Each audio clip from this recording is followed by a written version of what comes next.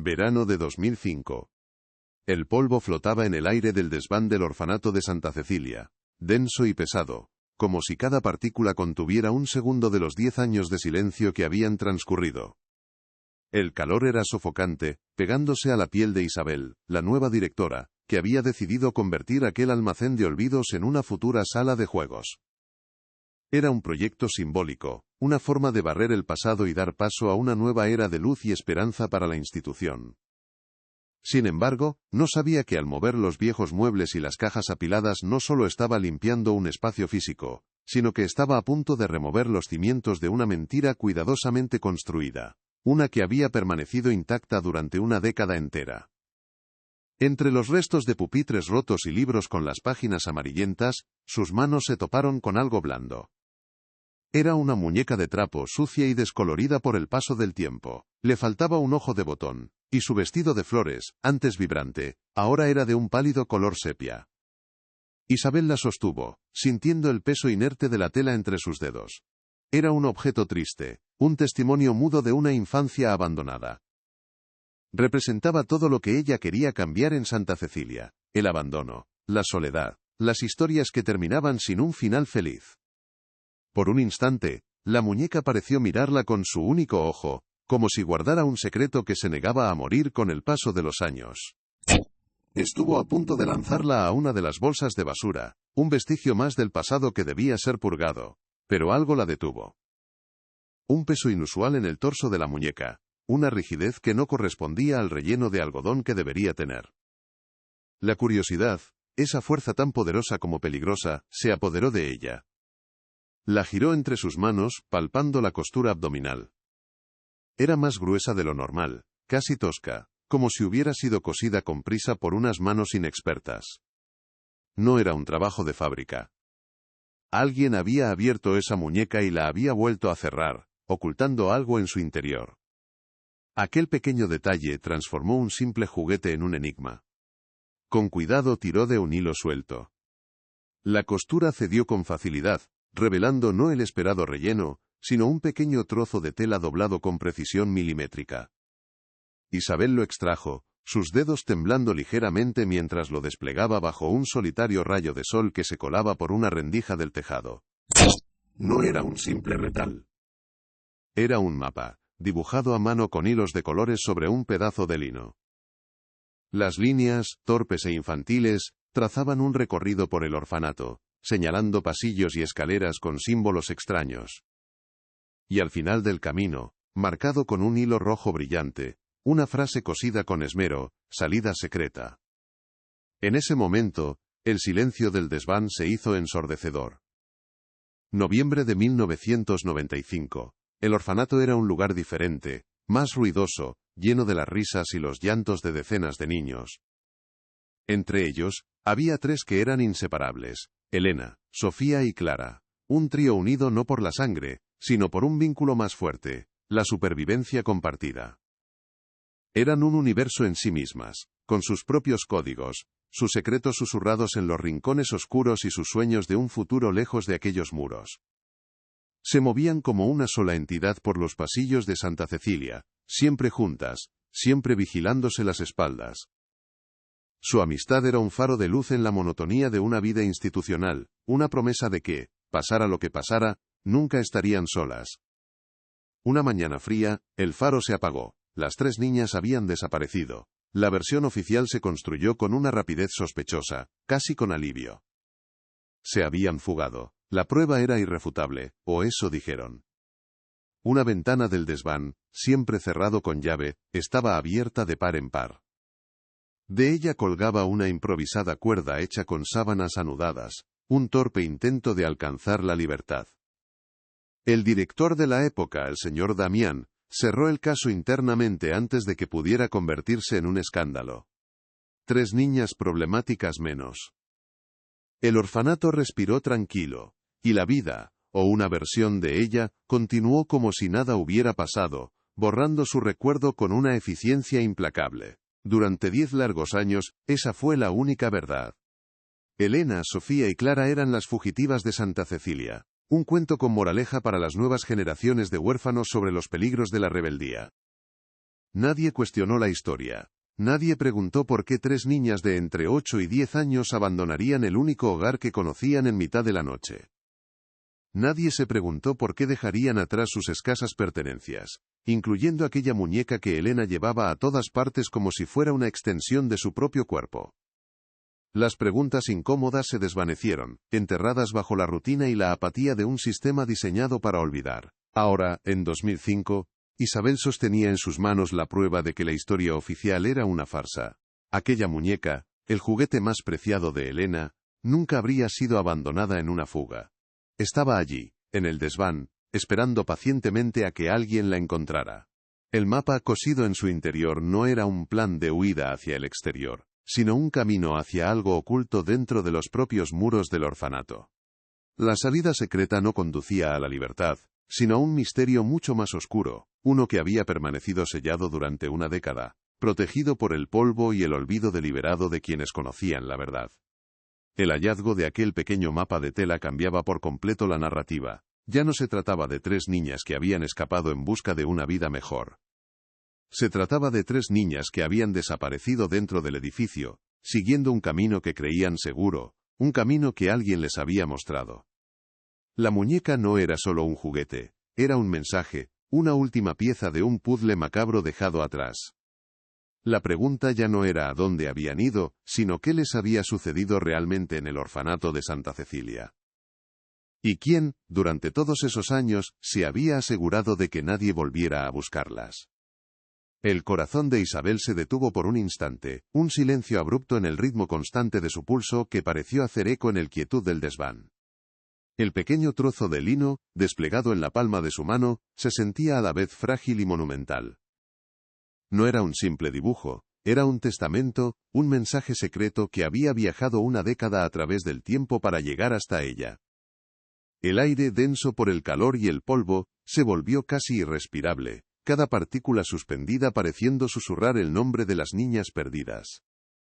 Sus dedos, cubiertos de una fina capa de suciedad, temblaban al sostener aquel mapa improvisado, sintiendo el peso no de la tela, sino de las vidas que representaba. Aquella salida secreta cosida con hilo rojo no era una travesura infantil, era una promesa, o quizás, una trampa. La incredulidad inicial dio paso a un análisis febril. Acercó el mapa a la luz que se filtraba por la rendija del techo examinando cada puntada. Eran torpes, desiguales, claramente hechas por las manos inexpertas de una niña. Pero había una intención innegable en cada línea de hilo. Los pasillos, las escaleras, incluso una marca que parecía señalar el viejo roble del patio, todo estaba representado con una lógica interna que solo sus creadoras entenderían. La frase final, salida secreta, estaba cosida con un cuidado especial, el hilo rojo destacando como una gota de sangre sobre el lino pálido. Esto no era un juego. Era un plan meticulosamente trazado, un secreto compartido entre 3 almas que creían haber encontrado una vía de escape, una ruta hacia algo que anhelaban desesperadamente. Entonces, la pieza clave encajó en su mente con la fuerza de una revelación dolorosa: la muñeca. La historia oficial, la que se repetía en los archivos y en los susurros de los empleados más antiguos, afirmaba que las niñas habían huido dejando todo atrás en su apuro por alcanzar la libertad. Pero Elena nunca jamás habría abandonado a su muñeca. Era su confidente, su única familia antes de que Sofía y Clara llegaran a su vida. Dejarla atrás habría sido como arrancarse una parte de sí misma. La presencia de esa muñeca en el desván no era un descuido. Era la prueba irrefutable de que la historia de la fuga era una mentira. Alguien la había construido para cerrar el caso, para barrer la verdad bajo una alfombra de conveniencia y olvido. Una oleada de frío recorrió la espalda de Isabel, un escalofrío que no tenía nada que ver con la temperatura del desván. La curiosidad que la había impulsado a abrir la costura, se transformó en un pavor profundo y visceral. La salida secreta dejó de sonar como una aventura, y comenzó a resonar como un epitafio. ¿Y si el mapa no conducía hacia afuera, sino hacia un lugar del que no se podía regresar? La imagen de las 3 niñas, siguiendo ilusionadas las líneas de hilo de colores hacia un destino desconocido, se proyectó en su mente con una claridad aterradora. El desván, que momentos antes era solo un almacén de trastos viejos, se había convertido en el prólogo de una historia de terror, y ella acababa de leer la primera página. De repente, Isabel sintió el peso de una responsabilidad que la trascendía por completo. Ya no era solo la directora del orfanato de Santa Cecilia, encargada de presupuestos y reformas. Se había convertido, sin buscarlo, en la guardiana de un secreto, en la única persona que, después de 10 años, sostenía la clave para desentrañar el verdadero destino de Elena, Sofía y Clara. El silencio del orfanato ya no le parecía pacífico, sino cómplice. Cada pared, cada suelo de madera que crujía bajo sus pies, parecía haber sido testigo de algo terrible y haber guardado silencio durante demasiado tiempo. La misión de crear una sala de juego se desvaneció, reemplazada por una mucho más urgente y sagrada. Encontrar la verdad, sin importar cuán oscura fuera. Una promesa silenciosa se formó en sus labios. Un voto hecho a los fantasmas de 3 niñas que nunca conoció, pero que ahora sentía increíblemente cerca. No descansaría hasta seguir ese mapa hasta su final. Les debía una voz, después de una década de silencio forzado. Les debía la dignidad de saber qué les había ocurrido realmente, de reemplazar la etiqueta de fugitivas por la de víctimas, si ese era el caso. La muñeca de trapo, con su único ojo de botón, parecía observarla, aprobando su decisión. Aquel juguete ya no era un simple objeto, era una reliquia. El primer hilo del que tirar para deshacer el nudo de mentiras que había estrangulado la verdad durante 10 largos años. La historia de las niñas no había terminado, solo había estado en pausa. Sus manos, que antes temblaban por la sorpresa, ahora lo hacían por una mezcla de rabia y determinación. Miró a su alrededor, al desorden de muebles rotos y cajas polvorientas. Este lugar no era solo un desván, era una escena del crimen sellada por el tiempo. Cada objeto parecía sospechoso, cada sombra parecía ocultar una pista o una amenaza. El calor sofocante del verano se intensificó, como si las paredes estuvieran cerrándose sobre ella, intentando proteger el secreto que habían guardado tan bien. Sintió la necesidad imperiosa de salir de allí, de respirar aire fresco, pero sabía que no podía irse. No todavía. Su investigación personal acababa de comenzar en ese preciso instante, en el corazón polvoriento del orfanato de Santa Cecilia. En su mente, los nombres de Elena, Sofía y Clara dejaron de ser simples registros en un archivo administrativo. Se convirtieron en rostros, en risas que nunca llegó a oír, en sueños que fueron truncados. Imaginó su amistad, un pequeño bote salvavidas en el océano de soledad que era un orfanato. ¿Qué pudieron haber descubierto para que alguien decidiera silenciarlas de una manera tan cruel? La frialdad del informe oficial, que hablaba de menores problemáticas con tendencia a la rebeldía, chocaba violentamente con la ternura de aquel mapa cosido a mano. No, ellas no eran el problema estaba dentro de esos muros, y había estado pudriéndose en secreto durante una década entera. Con un cuidado casi irreverencial, dobló el pequeño mapa y lo guardó en el bolsillo de su pantalón, sintiendo el calor de la tela contra su piel. Era su secreto ahora, su carga y su guía. Luego recogió la muñeca de trapo del suelo. Ya no era basura destinada al olvido, sino la pieza central de un puzzle macabro. La abrazó contra su pecho por un momento, un gesto instintivo de protección hacia la niña a la que una vez perteneció. Su plan original de limpiar el desván había muerto. Ahora, su único propósito era limpiar el nombre de esas niñas y sacar a la luz la oscuridad que las había devorado. Cada paso que diera a partir de ahora sería en su nombre. Este descubrimiento no solo reescribía el pasado de 3 niñas, ponía en tela de juicio toda la historia reciente de la institución que ahora dirigía. Si la fuga fue una farsa, ¿quién la orquestó? ¿Quién se benefició de su desaparición? El nombre del antiguo director, el señor Damián, un hombre cuya reputación de estricto y eficiente siempre había parecido intachable, apareció en su mente como una sombra ominosa. Su rápida gestión del caso, su insistencia en cerrar el asunto para proteger la imagen del orfanato, ahora adquiría un matiz siniestro. El silencio no había sido producto del olvido, sino de una conspiración, y ella estaba a punto de hacerla estallar.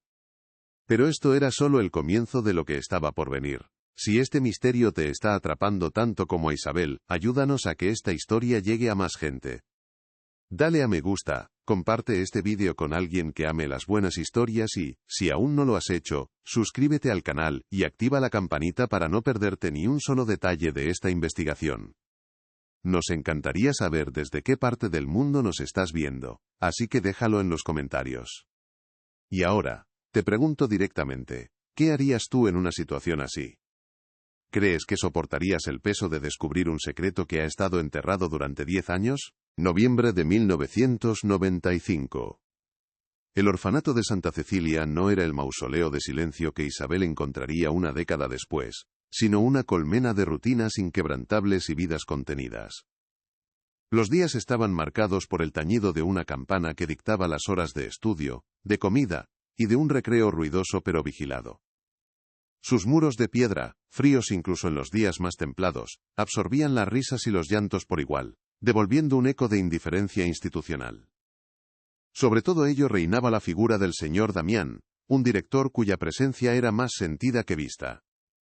Sus pasos firmes y secos por los pasillos eran una señal inequívoca de autoridad, un sonido capaz de congelar cualquier atisbo de desorden y recordar a todos los niños que eran engranajes de un sistema, no individuos con sueños propios. En el corazón de este universo reglamentado existía un trío inseparable, un pequeño sistema solar que giraba en torno a su propio sol. Elena, con 10 años recién cumplidos, era el centro gravitacional.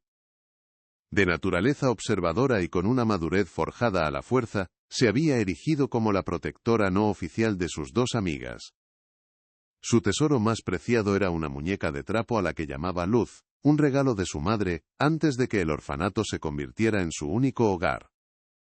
Luz no era un juguete, sino una extensión de sí misma, con un vestido de flores cosido por ella misma, y un único ojo de botón que parecía entender todos los secretos que Elena le susurraba en la oscuridad del dormitorio común. La muñeca era su ancla, su promesa de que no estaba completamente sola. Sofía era la soñadora del grupo, la que veía más allá de los muros de Santa Cecilia. Con 9 años, su mente era un torbellino de historias de aventuras y planes de escape tan fantásticos como detallados. Pasaba horas mirando por las ventanas más altas, trazando mapas imaginarios en el vaho de los cristales, convencida de que el mundo exterior era un lugar lleno de magia esperando a ser descubierto.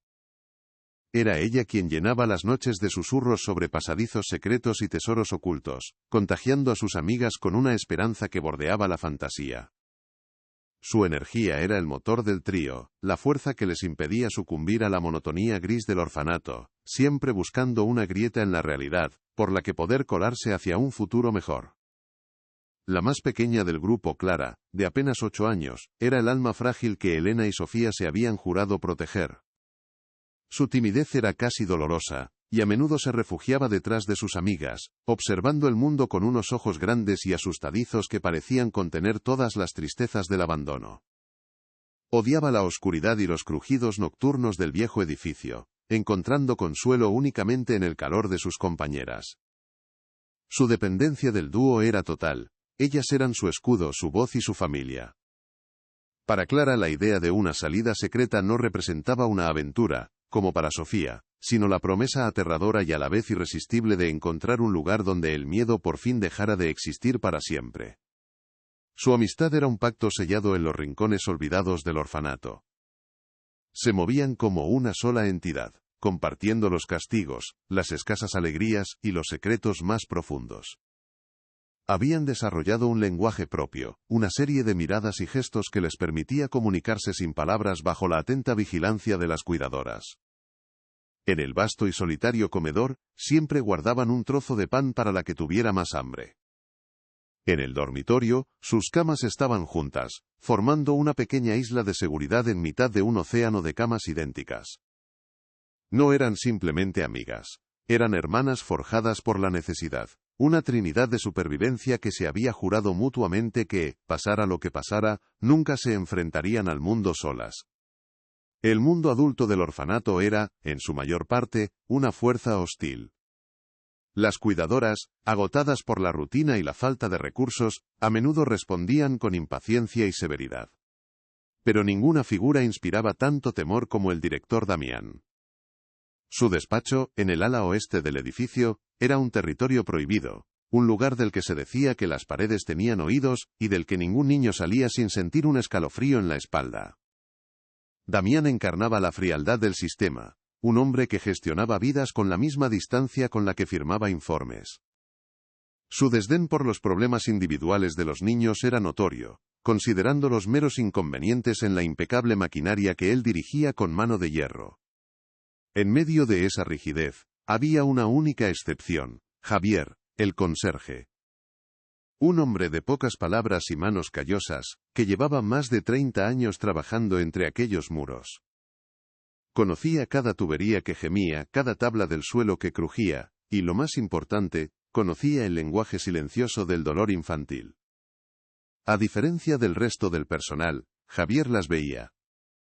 Era él quien remendaba con cuidado el vestido de la muñeca de Elena, quien dejaba discretamente una manzana extra en la mesa del trío, o quien les guiñaba un ojo cuando lograban esquivar un castigo. Las niñas confiaban en él implícitamente, contándole pequeños secretos que jamás compartirían con nadie más. Él era su guardián silencioso, el único adulto que parecía recordar que eran solo niñas. Aquel mes de noviembre de 1995, el aire se sentía distinto, cargado de una tensión que ni siquiera la inminente llegada del invierno podía explicar. El frío se colaba por las rendijas de las ventanas, y en los pasillos, los susurros de las niñas se habían vuelto más urgentes, más secretos. Algo había cambiado. Elena, Sofía y Clara parecían custodiar un descubrimiento importante, algo que habían visto u oído por casualidad, una pieza de información que no les correspondía.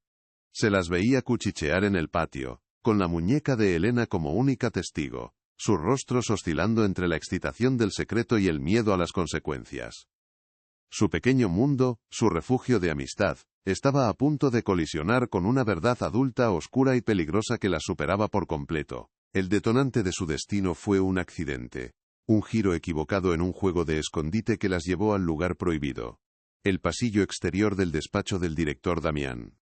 A través de la puerta entreabierta, sus ojos infantiles presenciaron una escena que no supieron interpretar del todo, pero cuya gravedad sintieron instintivamente. Vieron al director guardando fajos de billetes en un maletín, dinero que pertenecía a donaciones destinadas a mejorar el orfanato. Escucharon fragmentos de una conversación telefónica, palabras como inspección, desvío y ocultar. No entendían de malversación, pero sí de secretos y mentiras. En ese instante, el velo de la rutina se rasgó, y las tres niñas se convirtieron en testigos involuntarias de un crimen adulto, una verdad demasiado pesada para sus pequeños hombros. La muñeca de Elena, apretada contra su pecho, fue la única confidente muda de aquel descubrimiento. A partir de ese momento, la atmósfera del orfanato se enrareció para ellas. La figura del director Damián, antes una autoridad distante y fría, se transformó en una amenaza tangible. Sus miradas ya no eran de simple supervisión, ahora las escrutaban, las seguían por los pasillos con una intensidad que les helaba la sangre. Las niñas notaron el cambio de inmediato. Damián parecía estar en todas partes, sus pasos firmes resonando como un recordatorio constante de que su secreto había sido descubierto. El miedo se convirtió en su sombra, una presencia invisible que se sentaba con ellas en el comedor y se acostaba a su lado en el dormitorio. La seguridad de su pequeño mundo se había hecho añicos, y ahora sabían que no estaban simplemente contenidas dentro de los muros de Santa Cecilia, estaban atrapadas con un monstruo. Fue Sofía, con su imaginación desbordante, quien transformó el miedo en un plan. Para ella, el descubrimiento no era una carga, sino el comienzo de una gran aventura. Convirtió al director Damián en el villano de un cuento, y a ellas en las heroínas que debían escapar de su castillo. Fue ella quien empezó a hablar de una salida secreta, una ruta de escape que solo ellas conocerían. Pasaba horas susurrando sus ideas a Elena y a Clara, dibujando mapas en el aire y tejiendo una narrativa de valentía y libertad.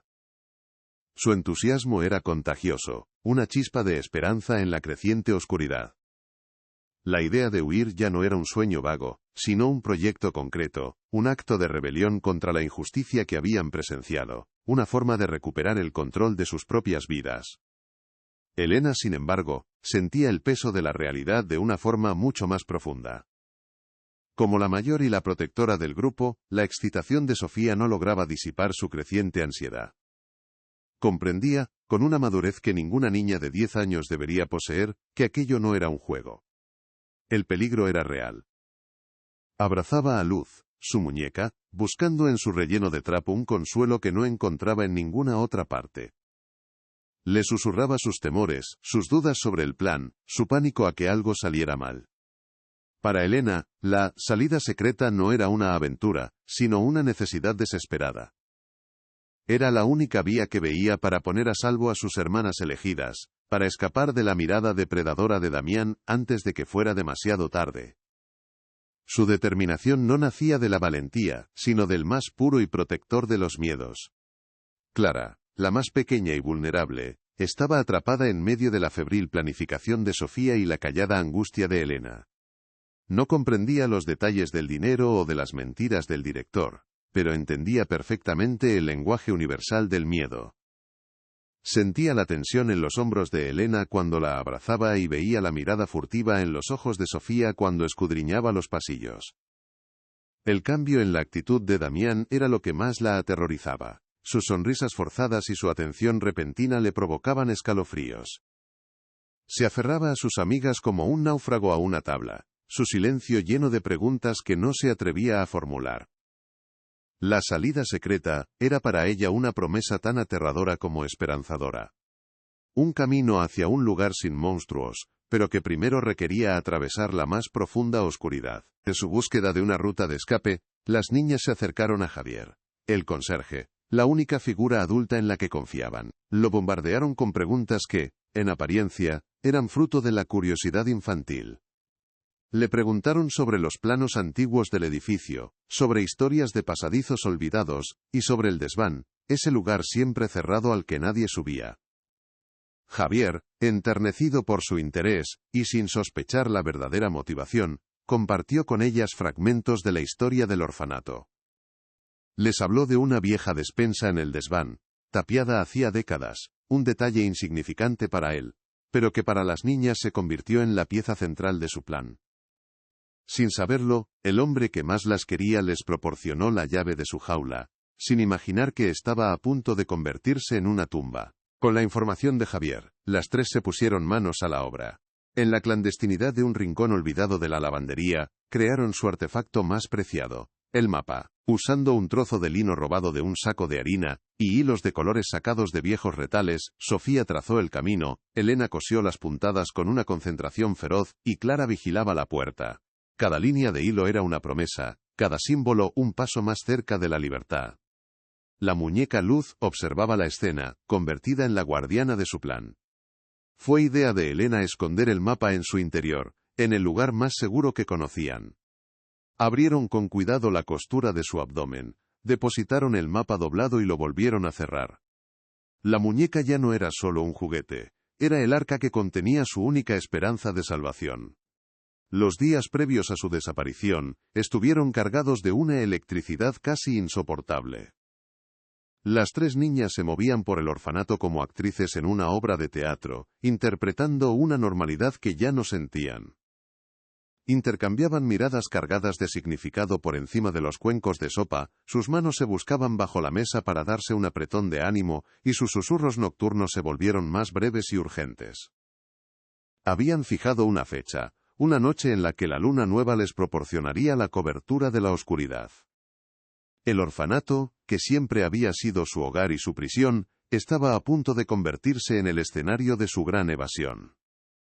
Vivían en un estado de terror y euforia, ajenas a que Damián, con una astucia perversa, había estado observando cada uno de sus movimientos, no para detenerlas, sino para asegurarse de que su plan de escape las llevara exactamente al lugar que él había elegido para ellas. Con el mapa de lino arrugado en su puño, Isabel descendió del desván, sintiendo que cada escalón la alejaba de su vida anterior, y la hundía en una obligación que no había pedido. La ingenuidad con la que había iniciado la limpieza de aquel espacio se había evaporado, reemplazada por una determinación helada. Ya no podía ver el orfanato como un simple edificio que necesitaba reformas, sino como un laberinto de secretos con muros que habían sido testigos de una tragedia silenciada. Sabía que no podía seguir ese rastro sola. Necesitaba a alguien que conociera las cicatrices ocultas de Santa Cecilia, alguien cuyas manos hubieran tocado cada ladrillo y cada tabla. Solo un nombre acudió a su mente: Javier, el conserje. Él era la memoria viviente del lugar, el único puente que le quedaba hacia el lejano y oscuro noviembre de 1995. Encontró a Javier en su pequeño taller del sótano, un santuario de herramientas ordenadas y olor a serrín y aceite. El hombre, de espalda encorvada por los años y manos surcadas de historias, la miró con sus ojos cansados cuando ella se acercó. Sin preámbulos, Isabel extendió la mano y le mostró el mapa. La reacción de Javier fue una lenta metamorfosis. Primero, la curiosidad arrugó su frente. Luego, al reconocer la torpe costura y los símbolos infantiles, una sombra de reconocimiento doloroso nubló su mirada. No dijo nada, pero sus nudillos se blanquearon al agarrar una vieja llave inglesa que tenía sobre la mesa. Isabel vio en su silencio una confirmación de sus peores temores. Aquel mapa no era una fantasía, era un recuerdo que Javier, quizás, había intentado enterrar junto con el resto del pasado del orfanato. Juntos en un pacto tácito y solemne, subieron de nuevo al desván. El sol de la tarde se colaba por la rendija del techo, dibujando una línea dorada sobre el polvo que su presencia levantaba. Esta vez, el espacio no parecía un almacén de trastos, sino una escena del crimen sellada por el tiempo. Siguiendo las indicaciones cosidas con hilo, se movieron con una precisión casi ritual. 5 pasos desde la ventana rota, leyó Isabel en voz baja. Javier, con un movimiento que parecía dolerle, contó los pasos. Girar hacia la sombra de la chimenea, continuó ella. El mapa los estaba guiando no a través del espacio físico, sino a través de la memoria de las niñas, siguiendo sus últimos pasos con una década de retraso. El aire se sentía pesado, cargado de expectación y de una tristeza casi palpable. El hilo rojo del mapa terminaba en una sección de la pared del fondo, una superficie lisa y sin particularidades que no parecía diferente al resto. Isabel la palpó, sintiendo solo el frío del yeso viejo. Estaba a punto de pensar que todo había sido una fantasía infantil, una pista que no llevaba a ninguna parte. Pero Javier, con la sabiduría que solo dan los años de convivencia con un edificio, se arrodilló. Golpeó suavemente la pared con los nudillos, escuchando. Aquí, susurró, su voz ronca por la emoción y el polvo. El sonido es hueco. Señaló una línea casi invisible cerca del suelo, una junta que la mugre y el tiempo habían camuflado a la perfección. No era una pared sólida. Era una puerta, una entrada a algo que había sido deliberadamente ocultado. Con una palanca que Javier trajo de su taller, comenzaron el trabajo de abrir lo que había estado sellado durante 10 años. El primer crujido de la madera al ceder resonó en el silencio del desván como un grito contenido. El yeso se resquebrajó, liberando una nube de polvo blanco que los hizo tosar. Cada golpe de la palanca era un acto de profanación y, a la vez, de justicia. Estaban forzando a la casa a revelar su secreto más oscuro, rompiendo el sello de silencio que alguien había impuesto con tanto cuidado. La tensión era insoportable, una mezcla de pavor por lo que podrían encontrar y una necesidad imperiosa de saber la verdad. Finalmente, con un último y agónico quejido, la sección de la pared se desprendió, revelando una abertura oscura y estrecha. Una ráfaga de aire viciado y helado salió del hueco, un aliento fétido que olía a encierro, a humedad y a algo más, algo orgánico y olvidado. Isabel contuvo la respiración, el corazón martillándole en el pecho con una violencia que le dolía. Encendió la linterna de su teléfono móvil y apuntó el haz de luz hacia el interior. El pasadizo era angosto, apenas lo suficientemente ancho para que un niño pudiera pasar. Las paredes de ladrillo desnudo estaban cubiertas de moho. Y al fondo, a apenas unos metros, la luz de la linterna se reflejó en algo pálido, desordenado y antinatural. No era piedra ni madera, era el blanco inconfundible del hueso. La salida secreta no conducía a la libertad, era un callejón sin salida, una trampa mortal. El horror la paralizó por un instante, pero la responsabilidad la empujó a dar un paso más, asomándose al umbral de aquella pequeña tumba. La linterna barrió la escena completa, revelando la magnitud de la tragedia con una claridad brutal. Eran 3 pequeños esqueletos, acurrucados unos contra otros en el suelo polvoriento, como si hubieran buscado en un último abrazo el calor y el consuelo que el mundo les había negado. Los restos de sus camisones de dormir, ahora simples jirones descoloridos, se adherían a las frágiles costillas.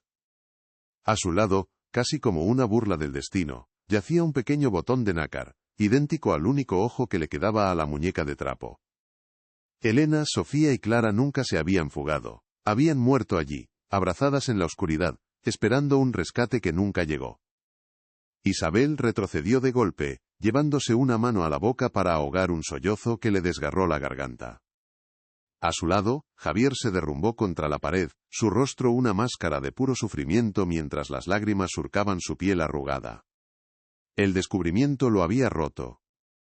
En ese instante, todo cambió. La historia del orfanato se partió en dos, el antes y el después de abrir esa pared. Con manos temblorosas, Isabel sacó su teléfono.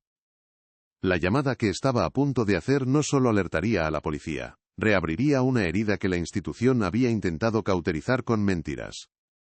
El caso de las niñas desaparecidas de Santa Cecilia acababa de convertirse oficialmente en el escenario de un triple homicidio. Y la pregunta ya no era dónde estaban, sino quién las había encerrado allí para morir.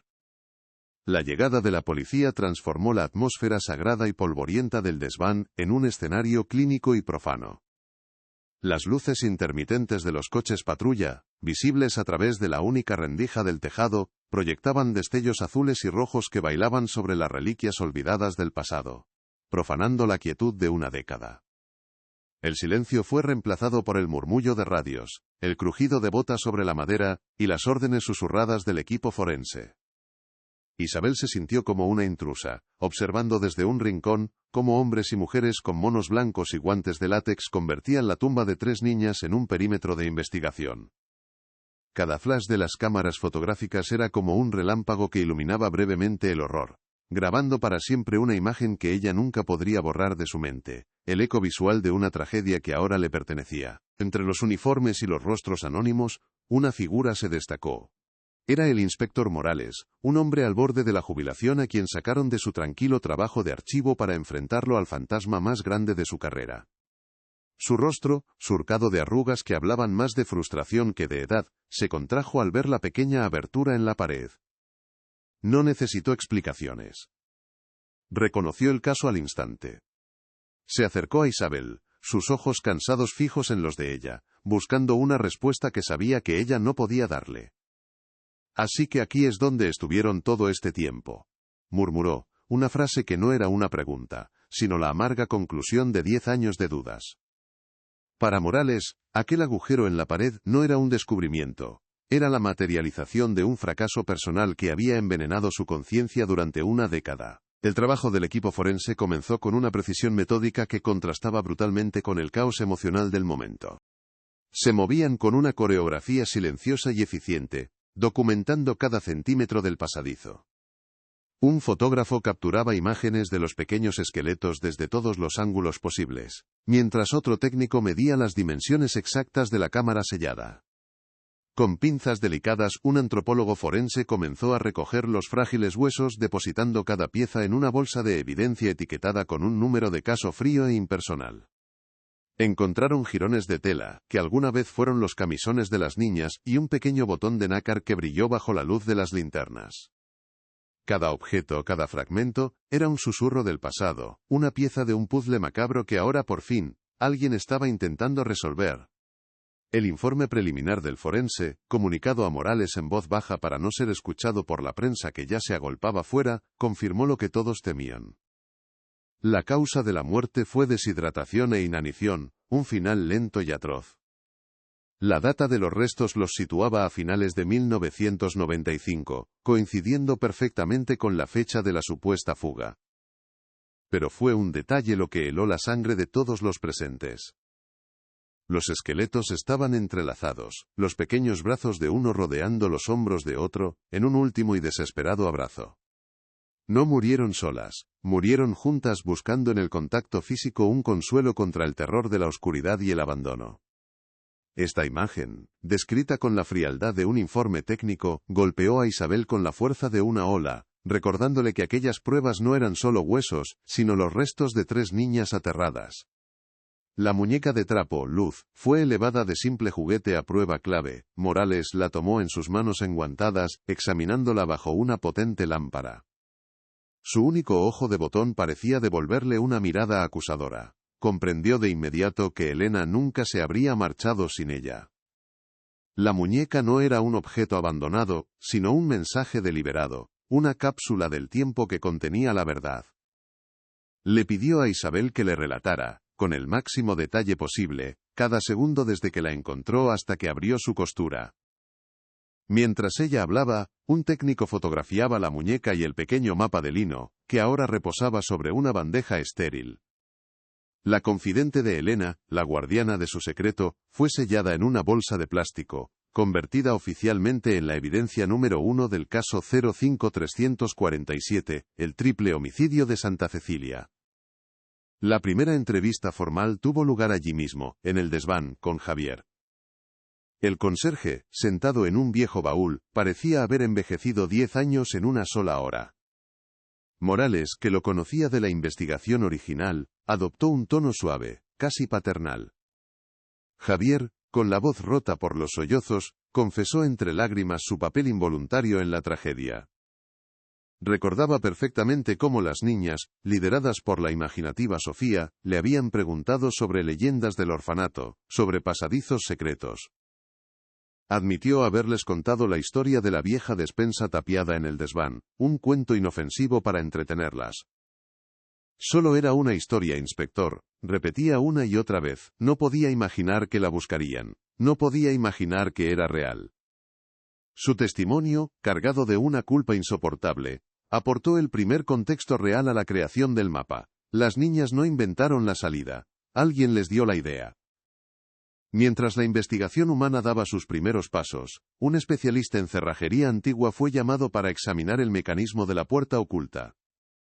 Este se convirtió en el primer gran avance fáctico, una pieza de evidencia física que no podía mentir ni sentir culpa.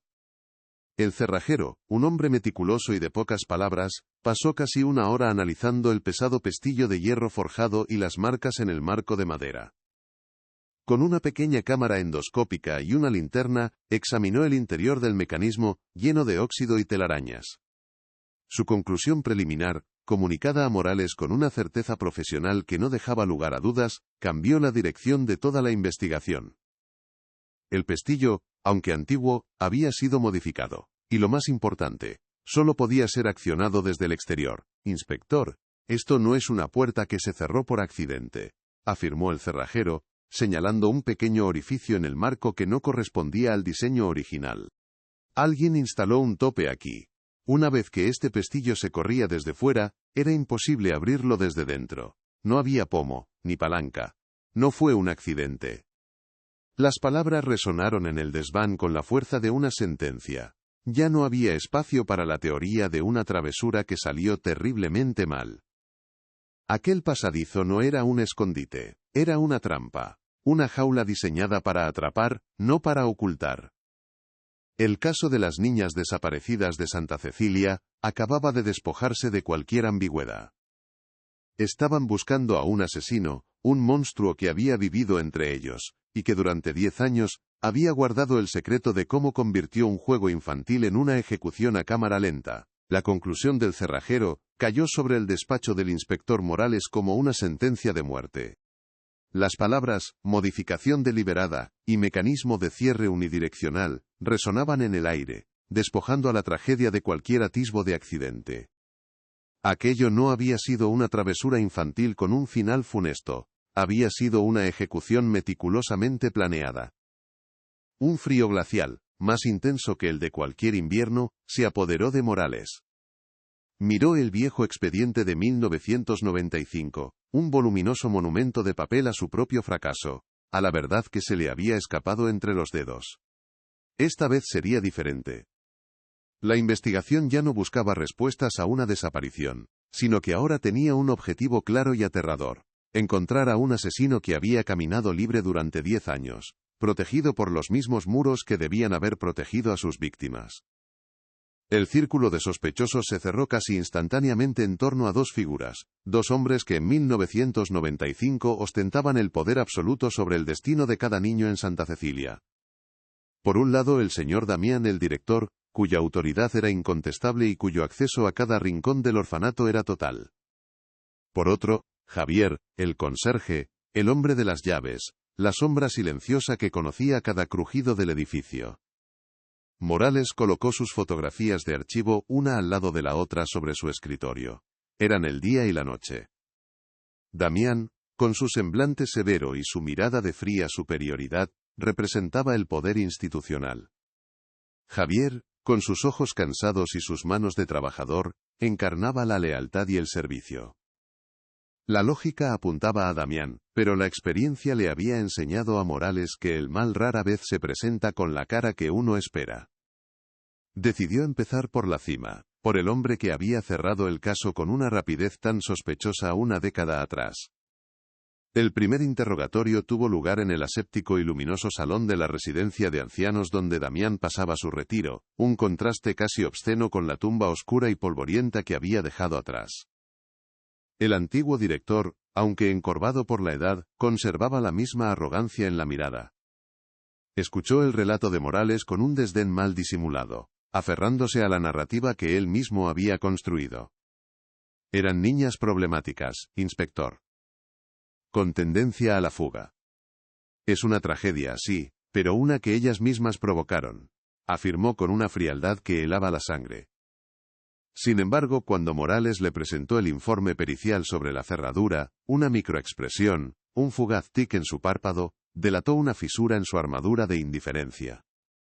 Calificó el informe de pura fantasía, y acusó a la policía de difamación, pero su negación fue demasiado vehemente, demasiado ensayada. Morales se marchó de allí con una certeza casi absoluta. Impulsado por la sospecha, Morales ordenó a su equipo desenterrar el pasado financiero del orfanato. Los libros de contabilidad de los años 1994 y 1995 revelaron lo que las palabras de Damián ocultaban. Era un laberinto de irregularidades, de donaciones generosas que se desvanecían en una red de cuentas fantasma. El patrón era claro, pequeñas cantidades al principio, que se convertían en sumas desorbitadas a medida que la audacia del ladrón crecía. El rastro del dinero, aunque ingeniosamente oculto, conducía a una única cuenta bancaria abierta bajo un nombre falso, una cuenta cuyo beneficiario final era, sin lugar a dudas, el señor Damián. El motivo del crimen se materializó con una claridad brutal. Las niñas no habían desaparecido por una simple travesura, habían sido silenciadas porque se habían topado con la prueba de un desfalco masivo, una verdad que amenazaba con destruir la reputación y la libertad del hombre que debía protegerlas. Mientras la policía estrechaba el cerco financiero sobre Damián, Isabel buscaba una verdad más humana, una que residía en el alma atormentada de Javier. Lo encontró en la capilla del orfanato, arrodillado ante el altar, aunque sus labios no se movían. Era la viva imagen de la desolación, un hombre devorado por una culpa que lo había estado consumiendo en silencio durante una década. Isabel no pronunció una sola palabra de acusación. Simplemente se sentó en el banco a su lado y colocó la muñeca de trapo luz, en el espacio que los separaba. El efecto fue devastador. La visión del pequeño objeto, el testigo mudo de la tragedia, rompió el dique de contención de Javier. Se derrumbó en un mar de sollozos ahogados, susurrando los nombres de Elena, Sofía y Clara como una letanía de penitencia. Yo sabía, confesó entre lágrimas. Yo sabía que algo terrible había pasado y no dije nada. El interrogatorio oficial de Javier en la comisaría fue la antítesis del de Damián. No había arrogancia, solo un miedo y un remordimiento que impregnaban la sala. Morales, con una estrategia que mezclaba la compasión y la presión, le expuso la cruda realidad. Damián te va a sacrificar, Javier. Dirá que fuiste tú quien las encerró. Él tiene dinero, poder, los mejores abogados. Tú solo tienes la verdad. Es tu única oportunidad de honrar su memoria. Le mostró las fotografías de las niñas, sus rostros sonrientes y llenos de vida, y luego las imágenes forenses de los pequeños esqueletos entrelazados. La culpa, acumulada durante 10 largos años, se volvió una carga insoportable. Javier asintió, las lágrimas surcando su rostro arrugado, y comenzó a hablar, liberando por fin el veneno que lo había estado matando por dentro. La confesión de Javier desveló la cadena de acontecimientos que condujo a la tragedia. Unos días antes de la desaparición, las 3 niñas lo buscaron, sus rostros pálidos por el miedo. Le contaron, con la inocencia fragmentada de un niño que ha visto algo que no comprende, que habían visto al director Damián escondiendo mucho dinero de los niños en una maleta en su despacho. Le pidieron ayuda, confiando en él como la única figura adulta que les había mostrado bondad. Pero Javier, paralizado por el terror a perder su trabajo, su único sustento, les falló. Les dijo que se callaran, que olvidaran lo que habían visto, que él se encargaría. Fue una mentira para calmar su propia conciencia, una mentira que las dejó solas y desprotegidas, sellando su destino. De alguna manera, Damián se enteró de que las niñas habían descubierto su secreto. Quizás las escuchó susurrar en un pasillo, o quizás su propia paranoia lo delató. Confrontó a Javier, amenazándolo con la ruina si abría la boca. Luego, con una crueldad psicopática, se acercó a las niñas. No las castigó. Al contrario, las felicitó por ser tan listas y les propuso un juego especial, un secreto solo para ellos. Les habló de un pasadizo mágico en el desván, un escondite secreto que nadie más conocía. Convirtió su descubrimiento mortal en una aventura, su mayor peligro en un premio. Sofía, la soñadora, mordió el anzuelo con entusiasmo. Elena dudó, pero la autoridad de Damián y la promesa de un juego emocionante terminaron por convencerla. El monstruo las estaba guiando a su trampa con una sonrisa. Aunque Javier no estuvo presente en el acto final, Damián, en un acto de suprema arrogancia, y para asegurarse su silencio eterno, le contó los detalles más tarde. Aquella noche, el director guió a las 3 niñas hasta el desván. Con la promesa de traerles dulces si se escondían bien, las animó a entrar en el estrecho y oscuro hueco de la pared. Ellas obedecieron, acurrucándose en la oscuridad con la muñeca Luz, como único talismán. Desde fuera, Damián corrió el pesado cerrojo de hierro. El sonido metálico y definitivo debió de ser lo último que escucharon antes de que sus llamadas confusas se convirtieran en gritos de pánico. Él simplemente se dio la vuelta y las abandonó a una muerte lenta y horrible, una agonía inimaginable en la más completa oscuridad, a pocos metros de donde el resto del orfanato dormía. A la mañana siguiente la farsa fue ejecutada con una precisión escalofriante. Damián obligó a un Javier aterrorizado y roto a ayudarle a montar el escenario de la fuga. Abrieron la ventana del desván, ataron unas sábanas viejas, y las colgaron para simular una cuerda de escape.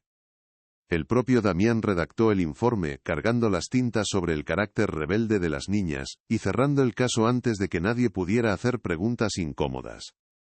La auditoría financiera que se cernía sobre él fue convenientemente pospuesta, y finalmente, cancelada ante la crisis de la fuga. El sistema que debía proteger a las niñas se convirtió en el arma que ocultó su asesinato. La vida en Santa Cecilia continuó, construida sobre los cimientos de una mentira y los huesos de 3 inocentes. La confesión firmada de Javier era la pieza que faltaba, la prueba definitiva para condenar a Damián.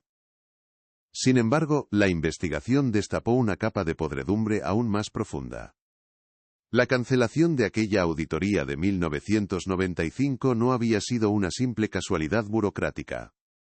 El inspector encargado de realizarla había recibido una donación anónima, de una suma considerable de dinero poco después de que se anunciara la fuga, y se había jubilado anticipadamente por repentinos problemas de salud. El crimen ya no era el acto de un solo hombre malvado, se perfilaba como una conspiración con tentáculos que se extendían más allá de los muros del orfanato. Damián no solo había contado con el silencio de Javier, sino también con la complicidad comprada de aquellos que debían vigilarlo. El caso había escalado.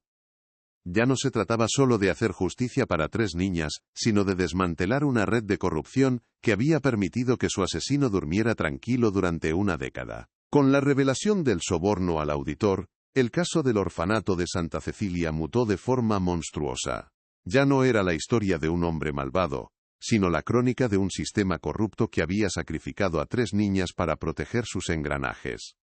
En su despacho, rodeado por montañas de papeles que olían a polvo y a justicia aplazada, El inspector Morales sintió un peso que no había experimentado en toda su carrera.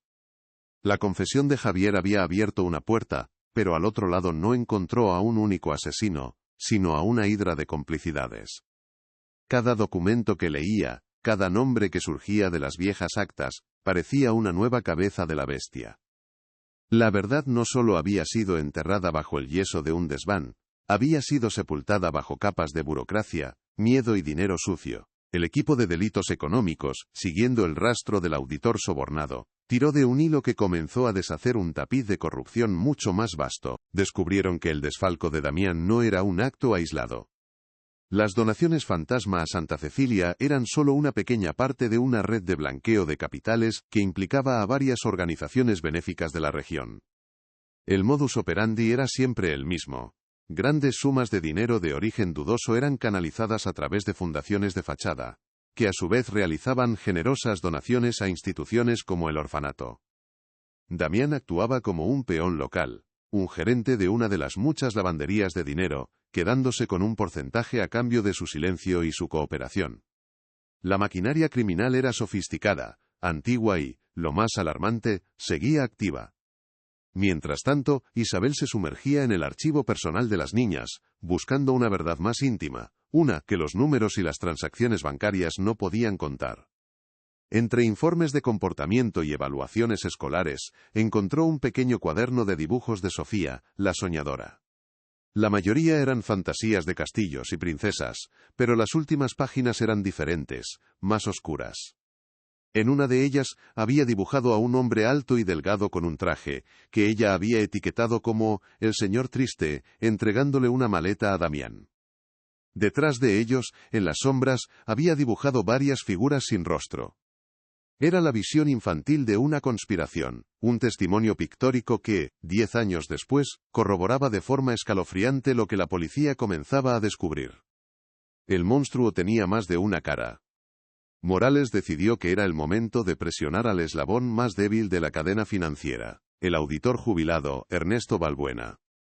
Lo encontró en su lujosa casa de campo, un retiro dorado pagado con el precio del silencio. Balbuena, ahora un hombre frágil y consumido por una enfermedad real o fingida, intentó parapetarse tras su mala memoria y su estado de salud. Pero Morales no estaba allí para aceptar excusas. Colocó sobre la mesa de caoba una única fotografía, la imagen forense de los 3 pequeños esqueletos, abrazados en su tumba de ladrillo. Esta es la auditoría que usted nunca completó, señor Balbuena. Este es el verdadero coste de su jubilación, dijo Morales, su voz desprovista de toda compasión. Balbuena no confesó, pero el pánico en sus ojos fue una admisión de culpa más elocuente que cualquier palabra. La noticia de la reapertura del caso, magnificada por la prensa local, llegó a oídos de una antigua cuidadora del orfanato, una mujer llamada Laura, que ahora vivía a cientos de kilómetros de distancia. Atormentada por los recuerdos, contactó con la comisaría. Su testimonio, aunque vago por el paso del tiempo, añadió una nueva dimensión al caso. Recordaba las visitas nocturnas y secretas que recibía Damián. Hombres con coches caros y trajes a medida que nunca firmaban en el registro de visitas. No eran inspectores ni benefactores conocidos, hablaban en voz baja en el despacho del director, y su presencia siempre dejaba una estela de miedo en el ambiente. Laura, entonces una joven de apenas 20 años, había aprendido a no hacer preguntas. Su testimonio confirmaba que Damián no actuaba solo, respondía ante alguien mucho más poderoso. Impulsado por el testimonio de Laura, Morales le pidió que intentara recordar algún detalle, cualquier cosa que pudiera identificar a aquellos visitantes. Tras varias sesiones de entrevistas, un nombre emergió de las brumas de su memoria. Creo que una vez escuché a Damián llamarle Don Ricardo. El nombre, unido a la descripción de los coches caros y la influencia que emanaba, condujo a la policía hacia una única persona, Ricardo Montes, un prominente empresario y político local, conocido por su labor filantrópica y su fundación por un futuro mejor. Montes era una figura intocable en la ciudad, un pilar de la comunidad cuya imagen pública era impecable. De repente la investigación había dejado de ser sobre el pasado para convertirse en una amenaza directa a una de las figuras más poderosas del presente. La conexión fue como una descarga eléctrica. La fundación de Ricardo Montes era el principal nexo entre todas las organizaciones benéficas investigadas por la red de blanqueo. Santa Cecilia era solo una de sus muchas sucursales. El político utilizaba la fachada de la caridad para lavar dinero procedente de negocios ilícitos, y Damián era su hombre de confianza en el orfanato. El motivo del asesinato de las niñas adquirió una dimensión mucho más siniestra. No murieron solo por descubrir el robo de un director corrupto. Murieron porque, sin saberlo, se habían asomado al abismo de un imperio criminal. Su inocencia había chocado frontalmente con una operación que valía millones, y en esa colisión, no tuvieron ninguna oportunidad. Su silencio era necesario para proteger no solo a Damián, sino a toda la estructura de poder que se cernía sobre él. Isabel sintió que el suelo se abría bajo sus pies. La tragedia de Elena, Sofía y Clara ya no era un crimen contenido dentro de los muros del orfanato, sino la consecuencia más cruel de una podredumbre que infectaba toda la ciudad. Abrazó la muñeca de trapo, Luz, que se había convertido en su ancla en medio de aquella tormenta de revelaciones. El pequeño juguete, con su único ojo de botón, parecía mirarla, recordándole el origen de todo aquello, el valor de 3 niñas que se atrevieron a ver lo que no debían. Su mapa no solo conducía a una tumba, sino que era la primera pista de un laberinto de corrupción. Ellas no habían sido víctimas pasivas, habían sido las primeras investigadoras, las primeras en tirar del hilo, y habían pagado el precio más alto por ello.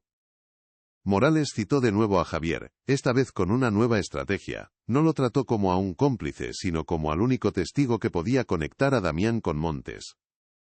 Le mostró una fotografía del político. El rostro del conserje perdió todo el color.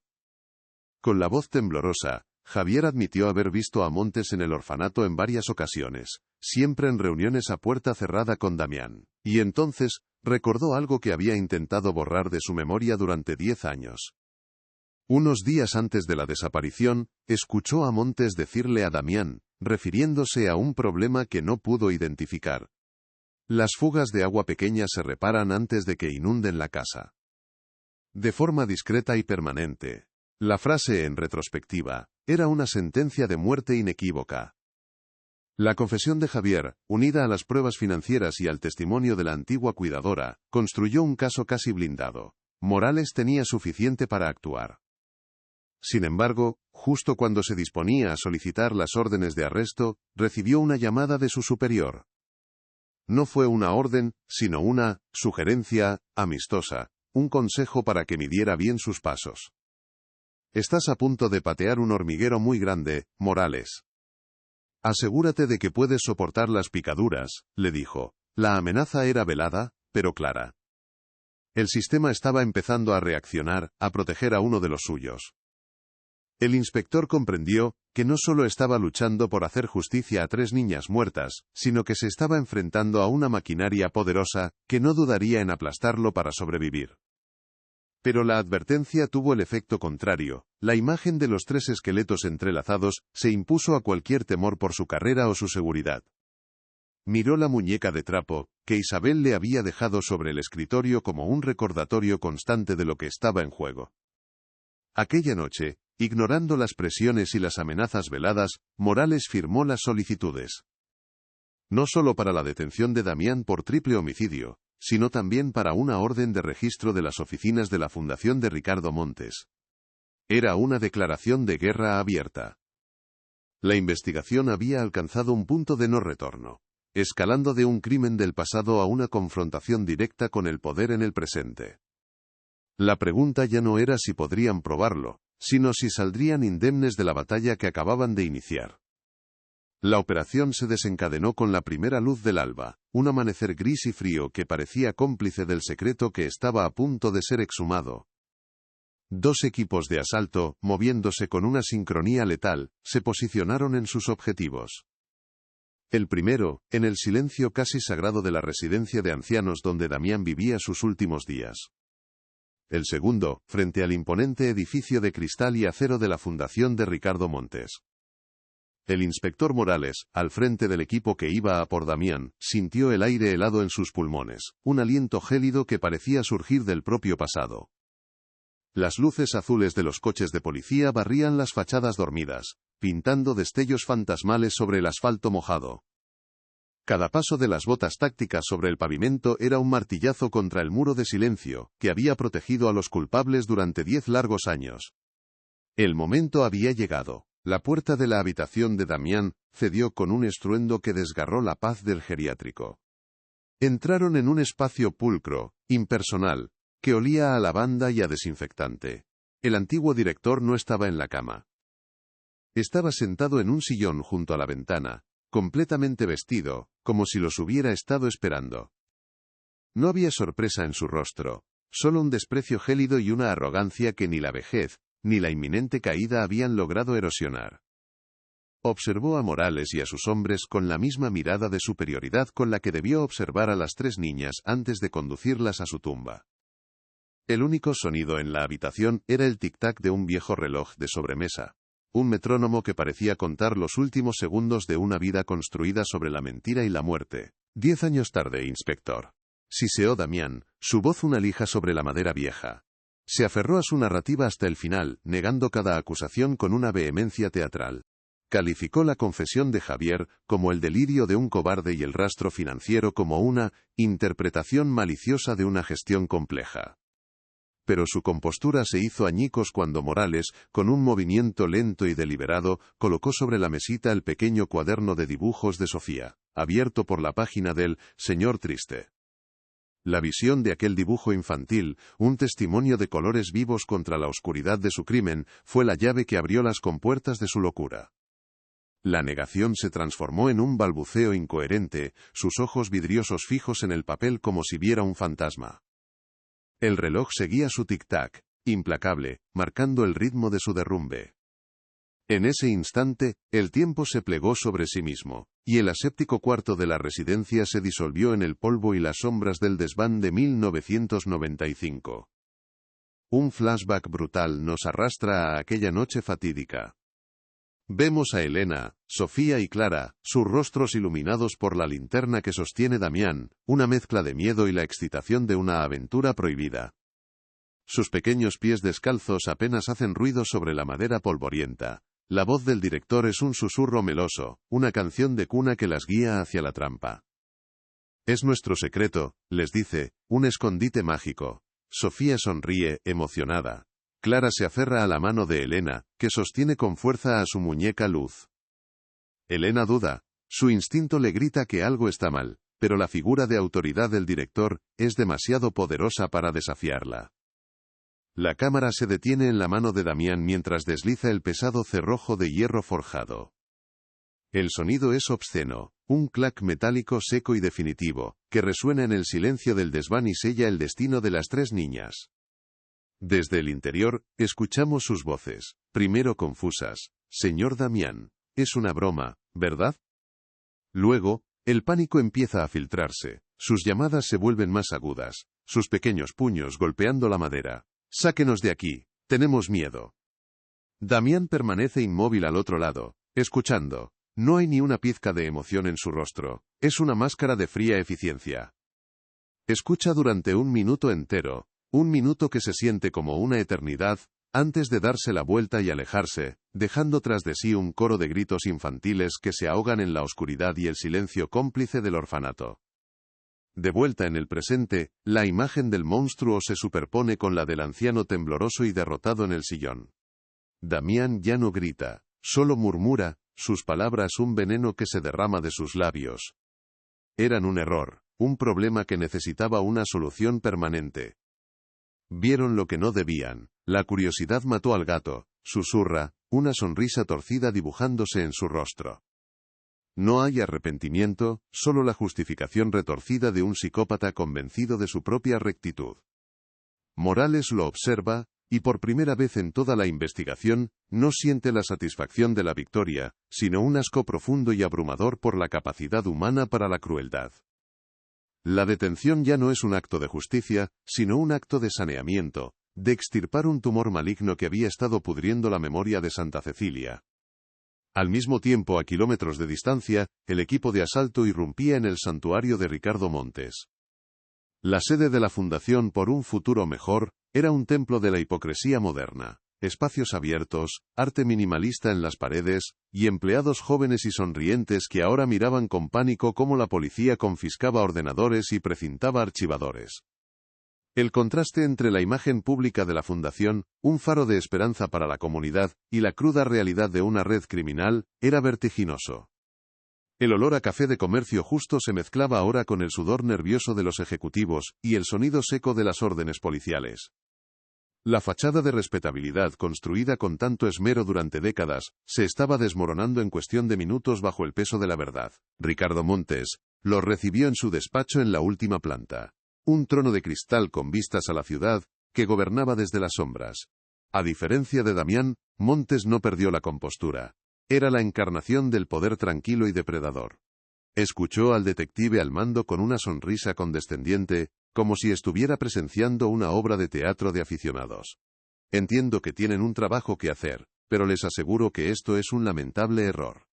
Mis abogados aclararán esta situación en breve, dijo, su voz suave como el terciopelo, pero con un filo de acero. Era intocable, o eso creía. Su confianza era un insulto a la memoria de las niñas, una demostración de que para hombres como él, las vidas de los demás no eran más que daños colaterales en su ascenso al poder. Pero mientras Montes jugaba su papel de víctima indignada, el equipo forense digital obraba su magia. En el servidor central, protegido por capas de encriptación que cedieron una tras otra, encontraron el archivo que lo cambiaría todo. No estaba oculto sino a la vista, protegido por la arrogancia de quien se cree por encima de la ley, una carpeta llamada Gestión de Crisis. Dentro, varias subcarpetas con nombres de empresas y políticos, y una etiquetada simplemente como SC95.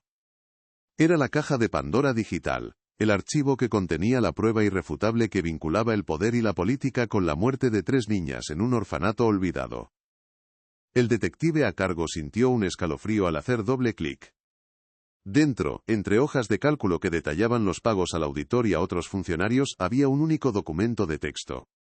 Un memorando, breve, conciso y absolutamente devastador. Estaba fechado el 28 de noviembre de 1995, 2 días después de la fuga. El remitente era Damián, el destinatario, Ricardo Montes. El texto era una sentencia. Asunto: contingencia SC, la fuga de información ha sido contenida. Las 3 fuentes han sido silenciadas de forma permanente y discreta, siguiendo el protocolo establecido. La narrativa de la fuga ha sido implementada con éxito. El activo está asegurado. No había lugar a interpretaciones. Era la prueba de una ejecución ordenada y supervisada desde las más altas esferas. Una conspiración de silencio sellada con la sangre de 3 inocentes. El detective se acercó a Montes y sin decir una palabra, le mostró la pantalla de la tableta con el memorando. Por primera vez la máscara de Ricardo Montes se resquebrajó. Sus ojos se abrieron de par en par, una fracción de segundo de pánico puro antes de que la ira tomara el control. Su rostro se congestionó con acento agudo, la sangre subiendo a sus mejillas. La calma se evaporó, reemplazada por una furia volcánica. Esto es una falsificación.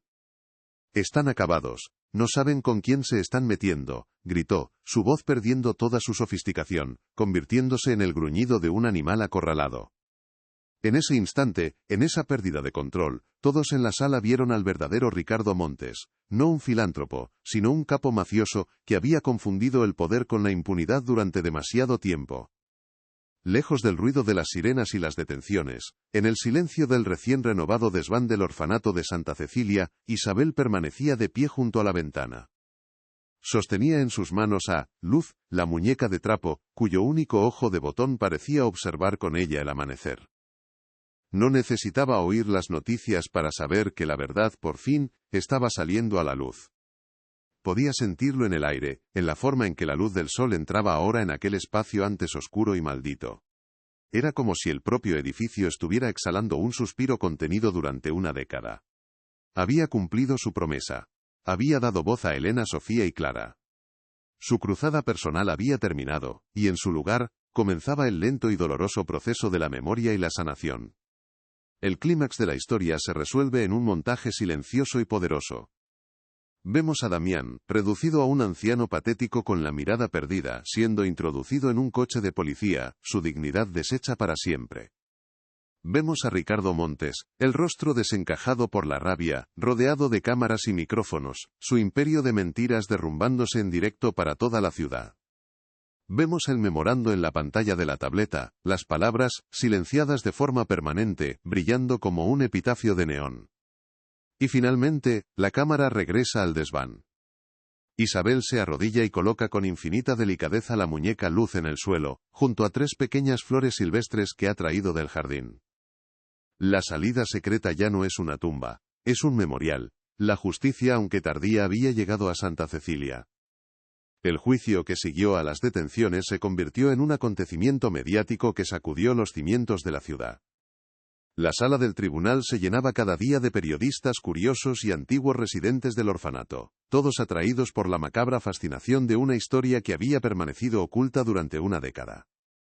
En el banquillo de los acusados, Damián se presentaba como una figura frágil casi senil, una estrategia de su defensa para invocar lástima. A su lado, Ricardo Montes, impoluto en su traje de diseño, proyectaba un aura de poder y desdén, convencido de que su influencia y su dinero podrían comprarle la salida de aquel embrollo. El contraste entre ambos era la perfecta metáfora de su alianza.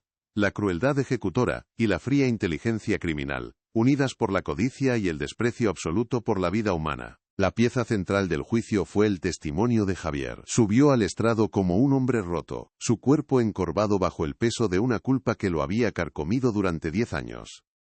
Su voz, al principio un susurro apenas audible, fue ganando fuerza a medida que relataba los hechos, liberando por fin la verdad que lo había mantenido prisionero. No omitió su propia cobardía, su miedo a Damián, su decisión fatal de no ayudar a las niñas. Cada palabra era una expiación, un acto de contrición pública. Lloró al recordar sus rostros asustados, sus susurros pidiéndole ayuda, y la sala entera guardó un silencio reverencial, testigo del dolor de un hombre que, al confesar su peor falta, intentaba por fin honrar la memoria de las niñas a las que había fallado de forma tan trágica. La fiscalía construyó un caso metódico e irrefutable, tejiendo una red de pruebas que ahogó cualquier posibilidad de duda razonable. El informe pericial sobre la cerradura del pasadizo fue presentado como la prueba física de la premeditación, una demostración científica de que la salida secreta era una trampa mortal. A continuación, los forenses contables desgranaron la compleja red de blanqueo de capitales, mostrando con gráficos y extractos bancarios cómo el dinero destinado a los huérfanos había engordado las cuentas de Damián y financiado el imperio de Montes. Y como golpe de gracia, se proyectó en una pantalla gigante el memorando encontrado en el servidor de la fundación. Las 3 fuentes han sido silenciadas de forma permanente. Esas palabras, frías y corporativas, resonaron en el tribunal como el eco de 3 vidas robadas. La defensa de Montes intentó desacreditar a Javier, pintándolo como un anciano senil y resentido, y argumentó que el memorando era una falsificación plantada por un rival empresarial. Sin embargo, su estrategia se desmoronó cuando el equipo de forenses digitales demostró, con una precisión técnica incontestable, la autenticidad del archivo, su fecha de creación y la ruta de envío desde el ordenador de Damián al de Montes. La arrogancia del político se fue desvaneciendo día a día, reemplazada por una tensión visible. Su máscara de filántropo se había hecho añicos, revelando al depredador que había debajo. El jurado no veía a un pilar de la comunidad, sino a un hombre que había ordenado la muerte de 3 niñas para proteger sus sucios negocios. Tras semanas de testimonios y pruebas, el jurado se retiró a deliberar. La espera fue un suplicio para todos, una pausa cargada de la tensión acumulada de una década de injusticia. Cuando finalmente regresaron, la presidenta del jurado, una mujer de rostro severo y ojos enrojecidos, se puso en pie. El silencio en la sala era tan denso que se podía cortar. Su voz, firme y clara, pronunció el veredicto para cada uno de los cargos contra ambos acusados: culpable. Un suspiro colectivo recorrió la sala, una mezcla de alivio y dolor. Isabel, sentada en la primera fila, cerró los ojos y dejó que las lágrimas corrieran por sus mejillas, no de tristeza, sino de una paz largamente esperada. El inspector Morales, a su lado, asintió lentamente, una sola vez, el gesto de un hombre que por fin podía cerrar el capítulo más oscuro de su vida. La sentencia fue dictada una semana después, con la misma solemnidad que el veredicto. El señor Damián, por 3 cargos de asesinato en primer grado con premeditación y alevosía, fue condenado a cadena perpetua sin posibilidad de libertad condicional. Moriría en prisión, el mismo destino de encierro que él había impuesto a sus víctimas. Ricardo Montes, por su parte, fue sentenciado a 40 años de prisión por conspiración para cometer asesinato, blanqueo de capitales y obstrucción a la justicia. Su imperio se derrumbó, sus fundaciones fueron intervenidas, y su nombre se convirtió en sinónimo de la más abyecta corrupción. La justicia, aunque tardía, había sido implacable, demostrando que ni el poder ni el dinero podían comprar la impunidad para siempre. Javier, por su cooperación crucial y su evidente remordimiento, recibió una sentencia reducida por complicidad y encubrimiento. Pasó 2 años en una prisión de mínima seguridad, pero su verdadera condena fue la que se impuso a sí mismo: vivir el resto de sus días con el recuerdo de su fracaso. Al salir, se retiró a un pequeño pueblo costero, lejos de los fantasmas de Santa Cecilia.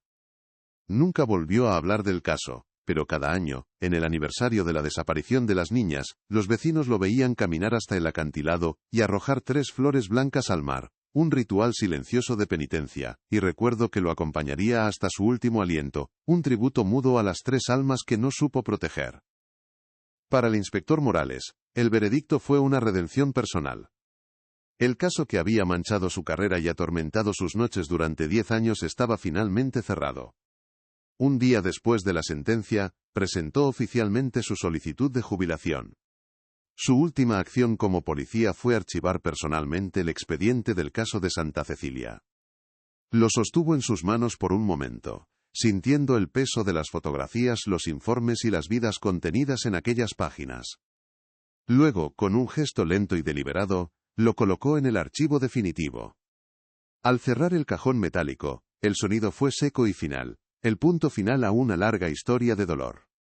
Se marchó de la comisaría sin mirar atrás, un hombre en paz consigo mismo por primera vez en una década. El orfanato de Santa Cecilia no pudo sobrevivir al escándalo. La revelación de que su director había sido un asesino, y que sus muros habían albergado una tumba secreta, fue un golpe mortal para su reputación.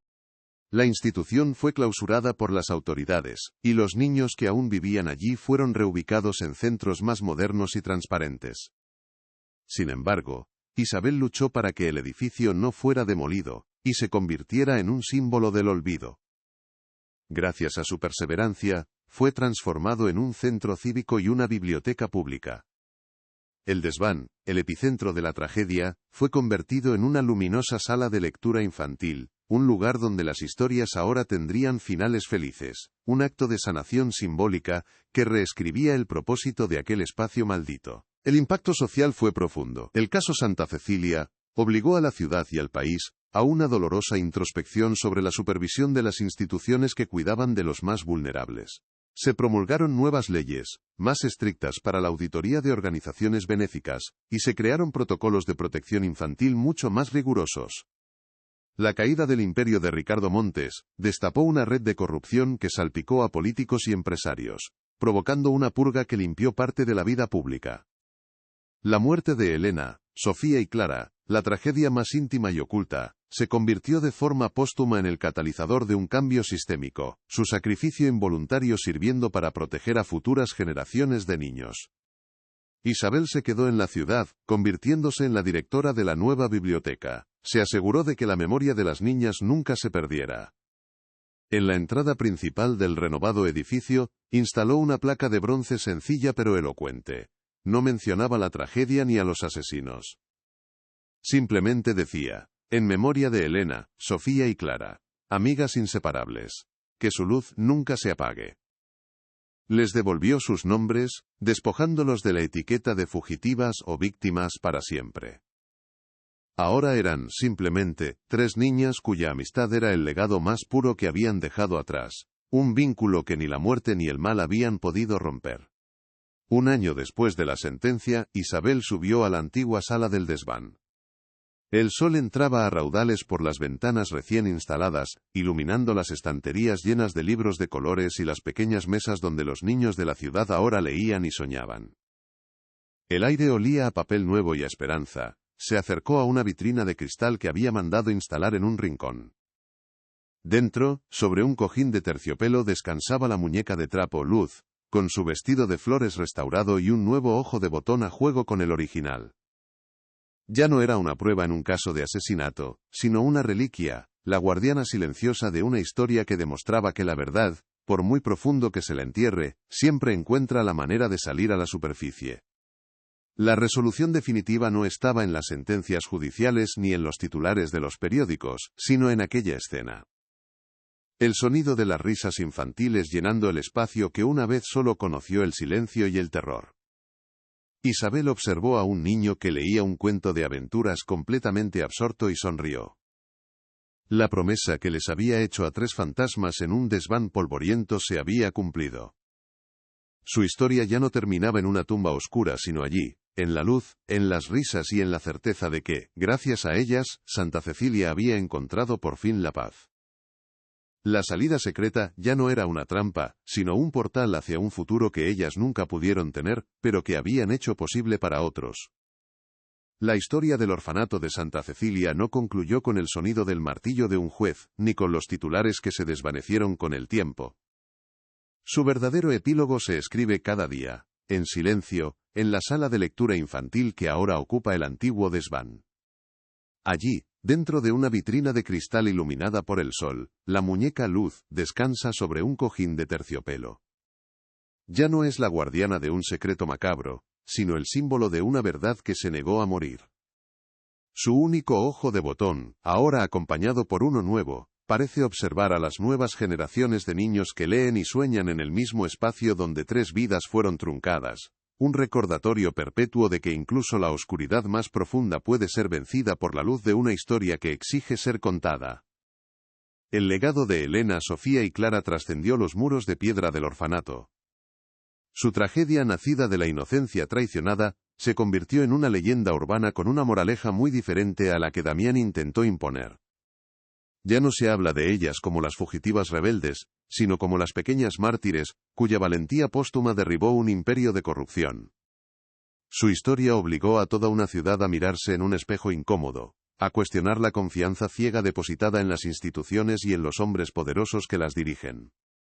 Su sacrificio, aunque involuntario y devastador, plantó una semilla de escepticismo y vigilancia que, con el tiempo, floreció en forma de leyes más justas, y una sociedad un poco menos ingenua, un poco más protectora con sus miembros más vulnerables. El mal, como demostró este caso, rara vez tiene una sola cara. Damián era la encarnación de la crueldad directa, la mano que corrió el cerrojo y escuchó los gritos sin inmutarse. Montes, en cambio, representaba un mal más insidioso y moderno. El mal corporativo, despersonalizado, que firma sentencias de muerte en memorandos y valora las vidas humanas en hojas de cálculo.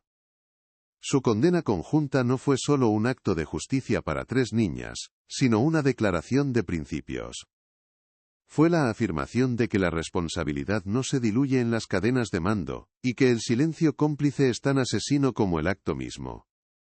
La caída de ambos hombres dejó una lección imborrable. Los monstruos no siempre se esconden en las sombras. A veces, se sientan en despachos con vistas a la ciudad. El caso de Santa Cecilia quedó cerrado, pero las preguntas que abrió siguen resonando en el aire. ¿Cuántas otras instituciones ocultan historias similares tras fachadas de respetabilidad? ¿Cuántas otras verdades yacen enterradas bajo el peso de la burocracia y el miedo? La red de corrupción de Ricardo Montes fue desmantelada, pero era solo una rama de un árbol mucho más grande y con raíces más profundas. La historia que os hemos contado es solo la punta de un iceberg de secretos y silencios. Y esto fue solo el principio de algo mucho más grande. Si quieres seguir descubriendo con nosotros las historias que se niegan a ser olvidadas, asegúrate de estar suscrito y no te pierdas nuestro próximo reportaje. Porque la justicia para Elena, Sofía y Clara fue una victoria, pero la lucha por la verdad nunca termina. El inspector Morales encontró la paz en su jubilación, pero su redención personal dejó una estela de melancolía.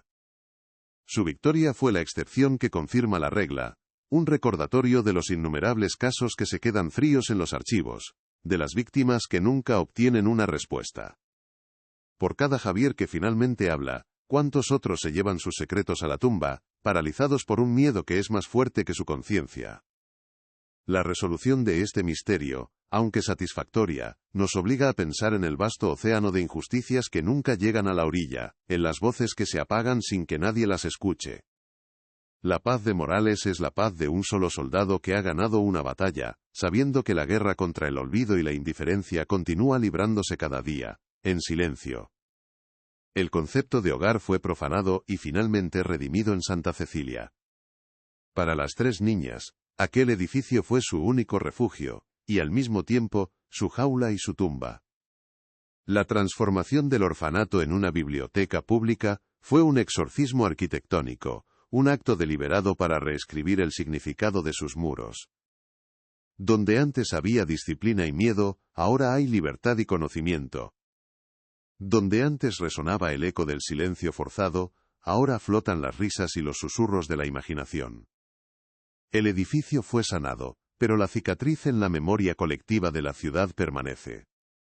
Sirve como un recordatorio de que un hogar no lo definen las paredes que lo contienen, sino la seguridad y el amor que se encuentran dentro de ellas, un principio que el viejo orfanato traicionó de la forma más cruel imaginable. En el corazón de todo, siempre estuvo la muñeca. Luz fue el primer y último testigo.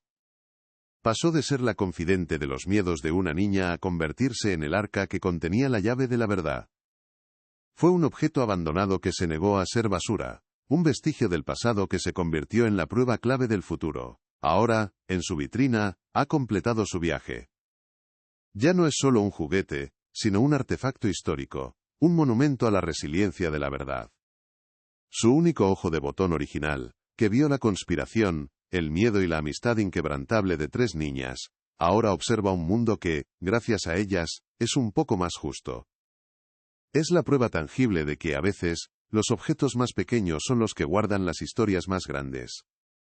La historia de Santa Cecilia es, en última instancia, una lección sobre el poder de una sola pregunta. Comenzó con la curiosidad de Isabel, una mujer que se negó a aceptar la versión más fácil de los hechos.